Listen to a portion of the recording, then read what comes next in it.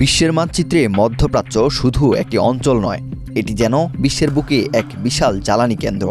বর্তমানে Iran, Israel কিংবা আমেরিকার মধ্যে যখনই কোনো বড় সংঘাত শুরু হয়, তখনই কেন বিশ্বজুড়ে তেলের বাজারে আগুন লেগে যায়, কেন সারা বিশ্বের নজর থাকে এই পারস্য উপসাগরের দিকে? কারণটা মাটির উপরে নয়, মাটির অনেক গভীরে। একজন পেট্রোলিয়াম ভূতত্ত্ববিদের চোখে এই অঞ্চলটি আজও এক মহাবিস্ময়। পারস্য উপসাগরে এই ছোট্ট ভূখণ্ডে ৩০টিরও বেশি সুপার জায়ান্ট তেল সমৃদ্ধ এলাকা রয়েছে, যার প্রতিটিতে মজুদ আছে অন্তত ৫০০ কোটি ব্যারেল অপরিশোধিত তেল। মধ্যপ্রাচ্যের এই বিপুল সম্পদের পেছনে রয়েছে আজ থেকে প্রায় ৩.৫ কোটি বছর আগের এক মহাজাগতিক সংঘর্ষ। পদ্মা সেতু, মেট্রো রেল এবং এলিভেটেড এক্সপ্রেসওয়ে নির্মাণের গর্বিত অংশীদার বসুন্ধরা সিমেন্ট। দক্ষিণ পূর্বে অ্যারাবিয়ান প্লেট এবং উত্তর পূর্বে ইউরেশীয় প্লেট, এই দুই বিশাল টেকটনিক প্লেটের ক্রমাগত ধাক্কায় জন্ম নিয়েছে এক অবিশ্বাস্য ভূপ্রকৃতি।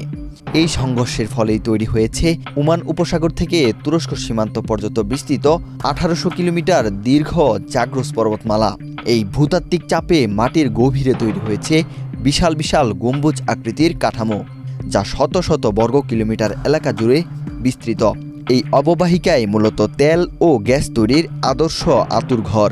মাটির গভীর তাপমাত্রা আর তীব্র চাপে পাথরগুলো পরিণত হয়েছে জ্বালানি মজুত রাখার বিশাল কন্টেইনার। তেল শুধু পাথর থেকে তৈরি হয় না, এর পেছনে রয়েছে লক্ষ লক্ষ বছরের পচনশীল জৈব পদার্থ। আজ থেকে প্রায় ২০ কোটি বছর আগের জুরাসিক এবং ক্রিটেসিয়াস যুগে এই অঞ্চলটি ছিল বিশাল সমুদ্র। তখন সামুদ্রিক অণুজীব যেমন জুওপ্লাঙ্কটন ও ফাইটোপ্লাঙ্কটনগুলো কাদামাটি ও চুনা পাথরের স্তরে জমা হতে থাকে। আধুনিক বিজ্ঞান বলছে, কোনো শিলাস্তরে যদি অন্তত ২% জৈব পদার্থ থাকে, তবেই সেখান থেকে তেল উৎপাদন সম্ভব। কিন্তু অবাক করা তথ্য হলো, মধ্যপ্রাচ্যের হানিফা বা খুজেস্তান শিলাস্তরে এই জৈব পদার্থের পরিমাণ ১ থেকে ১৩% পর্যন্ত, যা বিশ্বের আর কোথাও দেখা যায় না।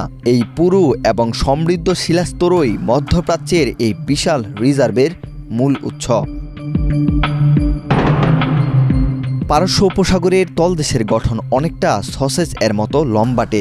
এখানেই রয়েছে বিশ্বের বৃহত্তম তেল ক্ষেত্র সৌদি আরবের ঘাওয়ার।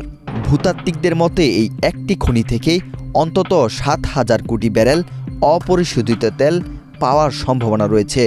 অন্যদিকে সাউথ পার্স গ্যাস ক্ষেত্র থেকে যা পাওয়া সম্ভব তা শক্তির দিক দিয়ে ২০০ বিলিয়ন ব্যারেল তেলের সমান। এই অঞ্চলের চুনা পাথরগুলো প্রাকৃতিকভাবেই এমনভাবে দ্রবীভূত হয়েছে যে তেলের প্রবাহ অত্যন্ত সহজ। রাশিয়ার সাইবেরিয়া বা আমেরিকার পার্মিয়ান বেসিন অনেক বড় হলেও উৎপাদনের হারের দিক থেকে মধ্যপ্রাচ্যের ধারে কাছেও কেউ নেই। এখানকার এক একটি কূপ রাশিয়া বা উত্তর সাগরের কূপের তুলনায় ৫ গুণ বেশি তেল উৎপাদন করে।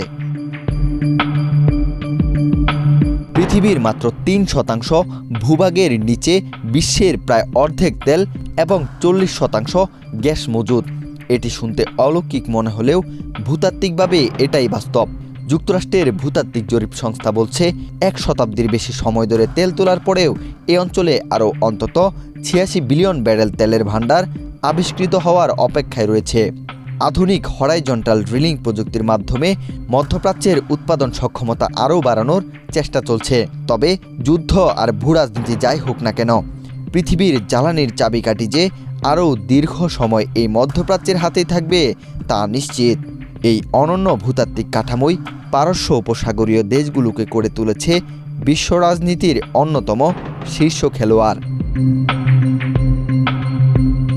ওয়াহিদ হোসেন জিহাদ, বাংলাদেশ প্রতিদিন।